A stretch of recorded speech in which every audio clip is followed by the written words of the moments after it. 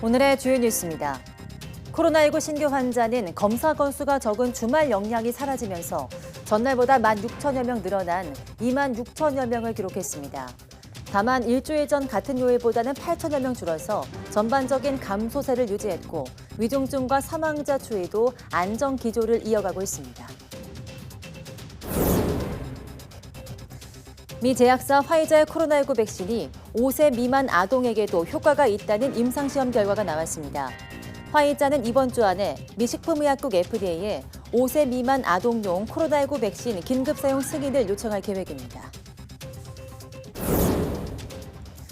최근 원숭이 두창 확산이 유럽에서 열린 대규모 파티에서 비롯된 것 같다고 세계보건기구 WHO 고문이 말했습니다.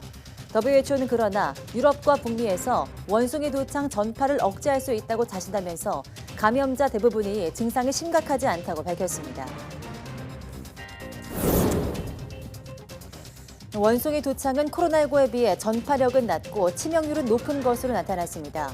원숭이 두창 전용 백신은 없지만 기존 천연두 백신이 85% 예방 효과를 보일 것으로 추정되는데 국내에서는 3,500만 명분이 비축돼 있습니다. 최근 밀가루 등의 공급망 문제가 불거지면서 올해 하반기 밀가루 수입 가격 상승분의 70%를 정부가 보전하는 방안이 시행됩니다. 대두유와 해바라기 씨유에 매겨진 5% 관세를 인하하는 방안도 함께 논의될 예정입니다.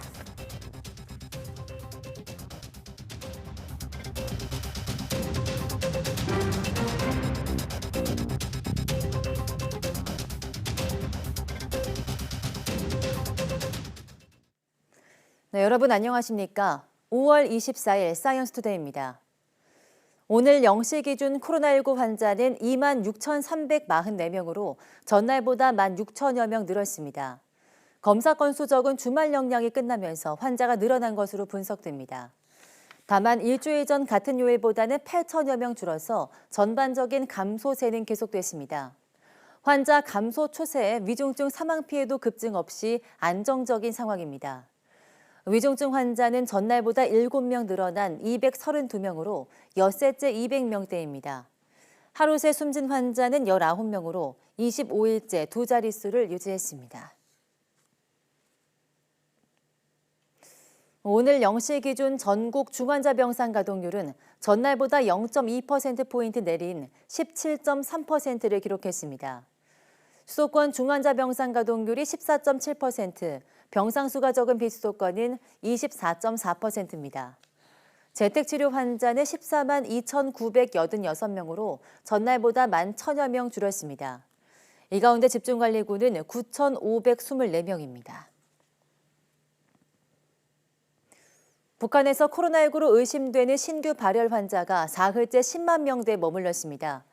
조선중앙통신은 국가비상방역사령부를 인용해서 지난 22일 오후 6시부터 24시간 동안 전국적으로 새로 발생한 발열 환자는 13만 4,510여 명이라고 밝혔습니다. 치료된 환자 수는 21만 3,680여 명으로 누적 사망자는 68명이라고 전했습니다. 북한은 연일 코로나19 확산세가 안정적으로 통제 관리되고 있다고 안팎으로 선전하고 있습니다. 미국 제약사 화이자는 자사의 코로나19 백신이 5세 미만 아동에게도 효과가 있음을 임상시험에서 확인했다고 밝혔습니다. 화이자는 현지 시간 23일 생후 6개월에서 4세 아동에게 성인 접종량의 10분의 1 용량인 3마이크로그램을 3차례 접종한 결과 코로나19 예방 효과가 80%로 높아졌다고 발표했습니다. 화이자는 이에 따라 이번 주 후반 미 식품의약국 FDA에 5세 미만 아동용 코로나19 백신의 긴급 사용 승인을 요청할 계획이라고 밝혔습니다. 다른 제약사인 모더나는 지난달 말 이미 5세 이하 아동용 백신에 대해서 긴급 사용 승인을 요청했습니다.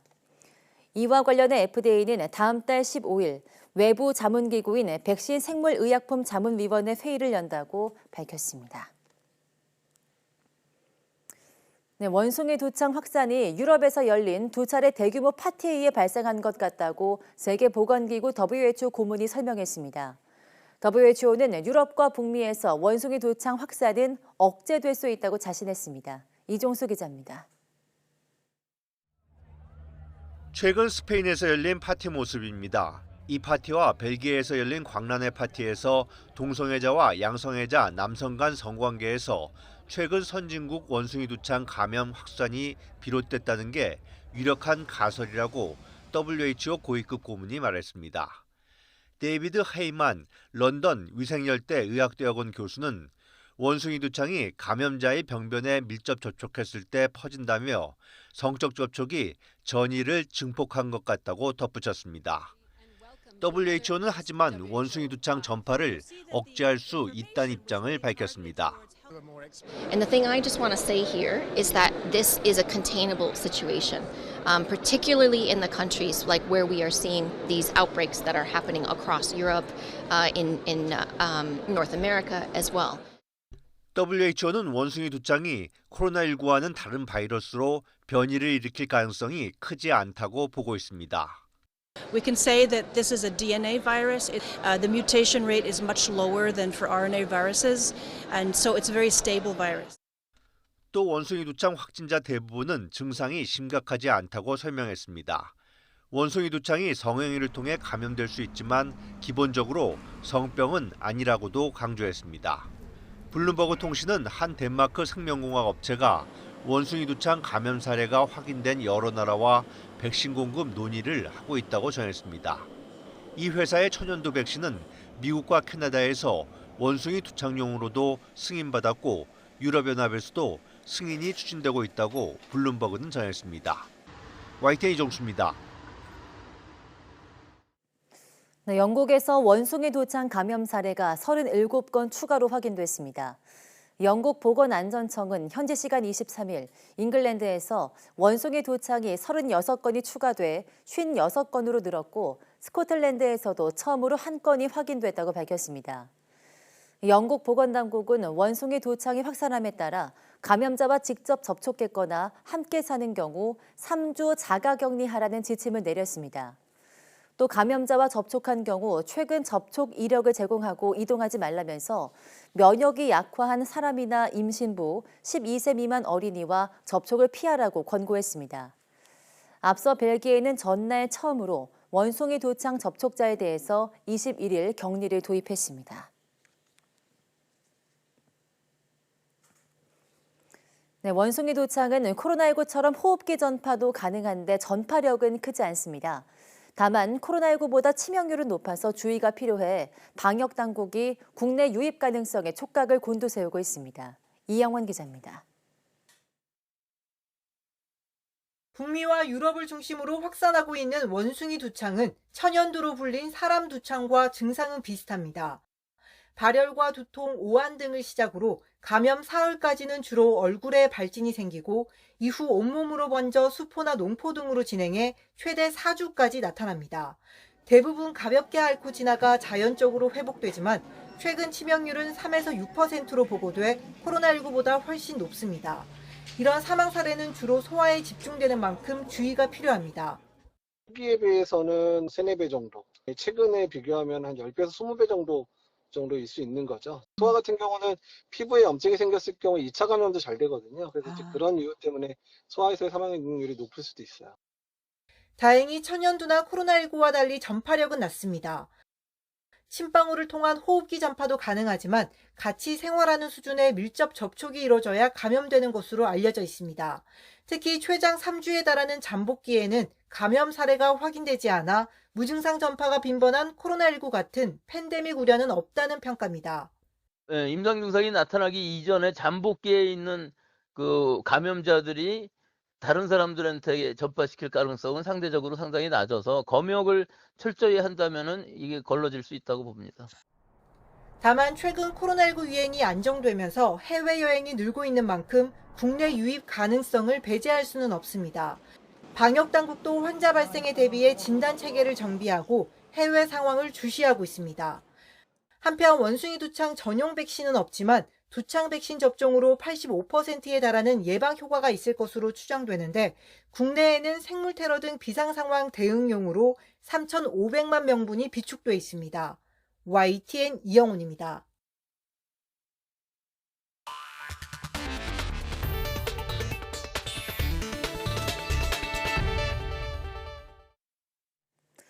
네, 대한민국 최초의 달 탐사선이 오는 8월 미국에서 발사될 예정인데요. 국민 공모를 통해서 이달 탐사선의 이름이 다누리로 선정됐습니다. 이름에 담긴 뜻과 다누리의 활동 계획을 양회영 기자가 알려드립니다. 대한민국 최초의 달 궤도 탐사선의 이름이 다누리로 정해졌습니다. 국민 공모를 통해 정해진 이름으로 순우리말 달과 누리다의 누리가 더해 만들어졌습니다. 국내 첫 달 탐사가 성공이길 기원하는 마음을 담아 달을 남김없이 모두 누리고 오라는 의미가 담겼습니다. 달 궤도선 심사 기준은 그 주제의 적합성, 상징성, 참신성, 또 발음, 기억 용이성 이런 것들을 기준으로 했고요. 특히 그 브라인드 심사를 통해 후보작을 선정하고 국민 선호도 및 또 전문가 평가를 통해서 최종 명칭을 결정했습니다. 다누리라는 명칭을 제안한 수상자는 과기정통부 장관상 수상과 함께 오는 8월 다누리 달 탐사선 발사 현장을 참관하게 됩니다. 제가 제안한 이름으로 1년 동안 달 궤도 이렇게 탐사를 한다고 생각을 하면 그냥 달을 볼 때마다 굉장히 뿌듯한 기분이 들 것 같습니다. 탐사선 다누리는 우리 시각 오는 8월 3일 미국 플로리다에서 스페이스X 팔컨 9 로켓에 실려 발사될 예정입니다. 다누리는 마지막 우주 환경 시험을 완료했고 현재 발사장 이송을 위한 최종 마무리 작업을 진행 중입니다. 발사 후에는 넉 달 반 동안의 비행으로 오는 12월 달 상공 100km 원 궤도에 진입해 1년 동안 과학 임무를 수행할 계획입니다. 다누리 달 탐사선에 실린 탑재체는 총 6개. 그중 나사 탑재체는 유인 달 착륙 계획인 아르테미스 사전 임무로 달의 음영 지역을 탐사하게 됩니다. 또 국내 기술로 개발된 5개 탑재체는 달 정밀 지도 제작, 우주 인터넷 기술 검증 등의 임무를 수행하게 됩니다. YTN 사이언스 양회영입니다. 네, 올여름에도 예년보다 심한 더위가 찾아오겠지만 최악의 폭염이 찾아올 가능성은 낮다는 전망이 나왔습니다. 하지만 대기 불안정이 심해지면서 장마 초반과 장마 이후에 국지성 집중호우가 잦을 것으로 보여 피해가 우려됩니다. 보도에 정혜윤 기자입니다. 맑은 하늘과 강하게 내리쬐는 햇살이 기온을 크게 끌어올립니다. 서울 낮 기온은 30도를 웃돌며 올봄 최고 기온을 경신했고 남부지방은 33도 안팎까지 치솟았습니다. 기온으로만 보면 7월 하순 한여름입니다. 습도가 높지 않아 폭염특보가 내려지진 않았지만 이례적인 고온입니다. 지난 주말부터 우리나라 서쪽에서 따뜻한 바람이 불어들고 강한 햇볕에 지면까지 뜨거워지며 내륙 지방을 중심으로 낮 기온이 30도 이상 오르는 등 고온 현상이 나타나고 있습니다. 일찍 온 더위는 심한 여름 더위로 이어지겠습니다. 기상청은 올여름 더위 강도가 예년보다는 심하지만 지난해와 비슷한 수준이 될 것으로 내다봤습니다. 체감 온도가 33도를 넘는 폭염일수를 기준으로 30년 평균은 10.6일, 올해는 12일 수준으로 예년보다 덥지만 역대 최악이었던 2018년보다는 더위 강도가 약할 것으로 보입니다. 올해 여름에는 북태평양 고기압의 영향으로 평균 기온은 평년과 비슷하거나 조금 높을 기온을 보일 것으로 예상되며 폭염도 평년보다 많거나 작년 수준으로 예상이 됩니다. 집중호우는 장마 초반과 장마가 끝난 뒤에 자주 나타날 것으로 보입니다. 6월 하순에는 남부와 제주도에, 7월 하순부터 8월에는 내륙 곳곳에 게릴라성 집중호우가 예상됩니다. 기상청은 특히 장마 초기 우리나라 남북의 온도차가 심해 강력한 비구름이 발생할 가능성이 크다며 각별한 주의를 당부했습니다. YTN 정혜윤입니다. 소비자가 예상하는 향후 1년의 소비자 물가 상승률인 기대 인플레이션율이 또 올라서 9년 7개월 만에 최고에 달했습니다. 한국은행이 발표한 5월 소비자 동향조사 결과에 따르면 기대 인플레이션율은 3.3%로 집계됐습니다.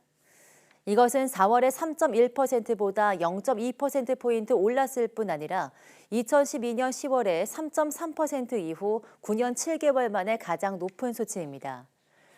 소비자가 지난 1년간 주관적으로 체감한 소비자 물가 상승률을 의미하는 물가 인식은 3.4%로 한 달 사이 0.2%포인트 높아졌고 이것은 2013년 1월에 3.4% 이래 9년 4개월 만에 최고 기록입니다.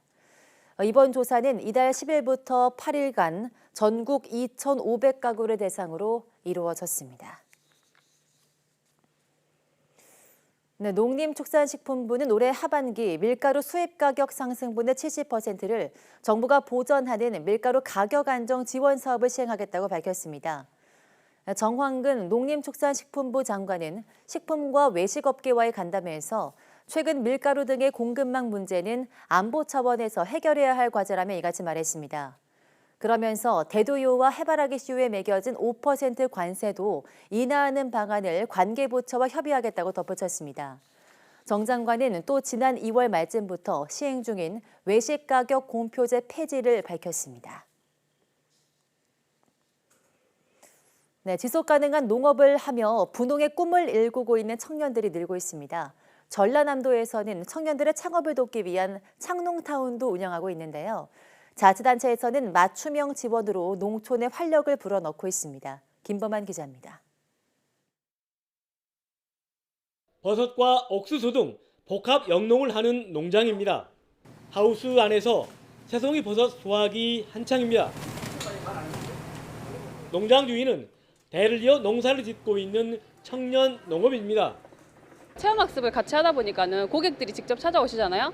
와서 버섯을 사가시고 맛있다는 피드백이 바로 들어오니까는 그런 거에서 이제 또 바로 보람이 느껴지더라고요. 갖가지 버섯과 하미과, 오색 방울토마토 등을 재배하고 있는 나주의 청년 농업인은 565명입니다. 청년 후계농 정착 지원과 청년 사업가 양성 등에 힘써온 성과입니다. 장목별 맞춤형 영농 교육을 체계적으로 실시를 해서 지역 내 청년 농업인들이 안정적으로 정착할 수 있도록 최선을 다하고 있습니다. 앞으로도 저희 나주시는 청년 농업인들이 지역을 이끌어갈 선도적인 농업인들이 될 수 있도록 아낌없는 지원을 해나갈 그런 계획입니다. 전라남도의 청년 농업인은 모두 만여 명. 청년이 돌아오는 전남 시책의 밑거름이 되고 있습니다. 전남에는 농업인들의 창업을 돕기 위해 전국에서 처음으로 창농타운도 문을 열었습니다. 창농타운에서는 기술과 마케팅 그리고 장비 무상 지원 등 갖가지 맞춤형 서비스를 제공하고 있습니다. 전남농업기술원은 농촌 일자리를 창출하고 부가가치가 높은 농업이 될 수 있도록 창의적인 창업 모델 발굴과 사업화를 적극적으로 지원해 나갈 예정입니다. YTN 김범환입니다. 한 대학 캠퍼스에서 정체불명의 인공동굴 여러 개가 잇따라 발견됐습니다. 일제강점기 일본군이 무기고로 썼던 것으로 추정되는데 보존 상태가 좋아서 연구 가치가 클 거란 전망이 나오고 있습니다. 김민성 기자입니다. 지난 1966년 설립된 국립군산대학교입니다. 캠퍼스 한복판 한 경사면이 통제선에 막혀 있습니다. 성인 남성이 겨우 드나들 만한 틈새 안으로 들어가니 사람이 판 것으로 보이는 동굴이 펼쳐집니다. 입구부터 해서 깊이 30m 정도의 동굴에 직접 들어와 봤는데요. 보이는 것처럼 어디에 쓰였을지 모를 구멍들이 곳곳에 파여 있습니다. 얼마 전 알 수 없는 이유로 입구가 무너져 내린 뒤 소문만 무성하던 동굴이 그 실체를 드러낸 겁니다. 동굴 내부는 거의 원형 그대로 보존돼 있습니다. 이 위에 있는 이 등간격으로 뚫려 있는 이 구멍들은 어떠한 그 구조물을 설치하기 위해서 인위적으로 뚫었을 것으로 생각이 됩니다. 이 일대에 지금까지 파악된 인공 동굴만 6개. 눈으로 보이진 않지만 옛 항공사진 자료상에 입구가 포착된 곳까지 합치면 모두 7개로 추정됩니다. 연구진은 제2차 세계대전 말기 일본군이 이 동굴을 무기고 등으로 활용했던 것으로 보고 있습니다. 인근에 6.25 전쟁 당시 주민 120여 명이 집단 학살된 또 다른 인공 동굴도 있어 새로 발견된 곳들과의 관련 여부도 관심입니다. 근데 여러 동굴이 발견되면서 이 동굴들이 원래는 일제 말기에 일본군이 미군의 주둔을 막기 위해서 뚫었던 동굴들이구나 이렇게 추정이 되고 있습니다. 일본군에서 만들어지고 북한군이 후퇴하면서 우익 인사들을 학살한 것으로 추정이 됩니다. 다만 이제 막 발견된 만큼 이들 동굴의 정확한 역사적 가치는 아직 베일에 쌓여 있습니다. 일제강점기 그 말기에 이곳에 있었던 일본의 그 164단과 관련된 그런 군사 시설로 그렇게 추정이 되고 있고요. 여러 가지 학술 조사나 이런 부분들이 좀 수반되어야 정확한 어떤 그런 그 사실 규명들이 가능하다고 생각됩니다. 연구진은 동굴의 역사를 객관적으로 밝힐 문헌 자료를 수집하는 한편 당시 근처에서 산 주민들의 증언을 확보하는 등 추가 조사도 추진할 예정입니다. YTN 김민성입니다. 네, 2년여 만에 열린 스위스 다보스 포럼에서는 러시아에 대한 제재 강화 등 우크라이나 침공에 대한 규탄의 목소리가 이어졌습니다. 맥도날드에 이어서 스타벅스도 러시아에서 완전히 철수하기로 하는 등 러시아는 안팎으로 곤혹스러운 상황입니다. 김은건 기자입니다. 코로나19 여파로 2년여 만에 열린 스위스 다보스 포럼. 세계 정재계 주요 인사가 모인 이번 회의의 최대 이슈도 우크라이나 전쟁입니다. 화상연설에 나선 젤렌스키 대통령은 우크라이나가 러시아의 진군을 멈추게 했다며 국제사회의 지원을 호소했습니다. Ось чому Україні потрібні фінанси. Це мінімум 5 мільярдів доларів щомісячно. 특히 석유 금소와 은행 거래 차단, 무역 중단 등 러시아의 공격을 멈추기 위해 최대한의 제재가 필요하다고 강조했습니다. Щоб Росія і кожен інший потенційний агресор, який хоче піти жорстокою війною проти сусіда, чітко знали, до чого це одразу призводить. 러시아는 우크라이나 수도 키이우와 제2도시 하르키우에 집중 포격을 가하는 등 공격의 고삐를 늦추지 않았습니다. 동맹국 벨라루스와 정상회담에 나선 푸틴 대통령은 국제사회 제재에 루블화 결제로 효과적으로 대응하고 있다고 자평했습니다. Товарным группам переходим на национальную валюту, на рубли, и это способствует укреплению рубля. 하지만 유엔 제네바 대표부에서 근무하는 베테랑 외교관이 우크라이나 침공을 비판하며 사임하는 등 러시아 내부의 동요도 커지고 있습니다. 특히 이번 전쟁을 기획한 사람들이 원하는 것은 영원히 권력을 누리는 것이라며 사실상 푸틴 대통령을 겨냥했습니다.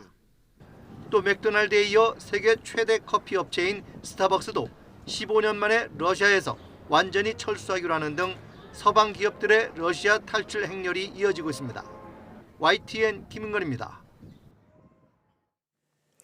우크라이나에서 열린 첫 전쟁 범죄 재판에서 비무장 민간인을 살해한 혐의로 기소된 러시아 병사에게 종신형이 선고됐습니다.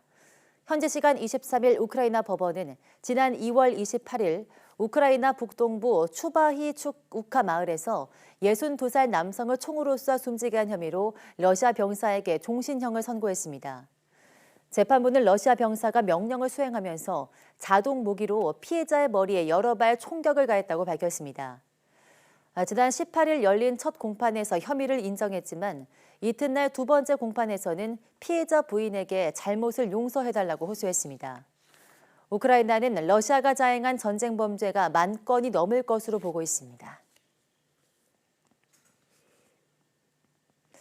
네, 우크라이나를 침공한 러시아에 대한 경제 제재의 하나로 유럽연합 EU가 러시아산 원유 수입을 며칠 내에 금지할 것이라고 독일 정부 고위 인사가 예상했습니다.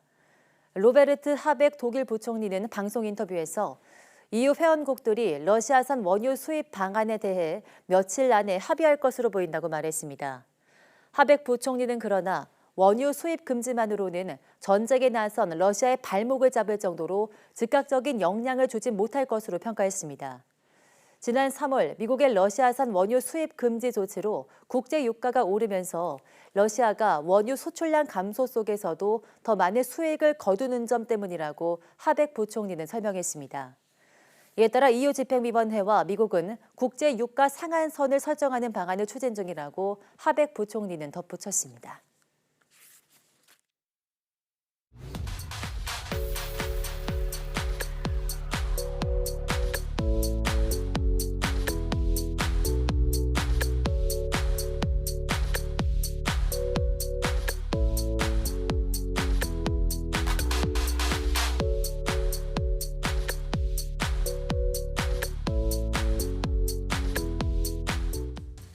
네, 인간관계에서 미소는 상대방을 기분 좋게 하죠. 하지만 실제 마음은 그렇지 않은데 억지로 미소를 지어야만 하는 상황이 길어지면 무거운 마음의 병이 될 수 있습니다.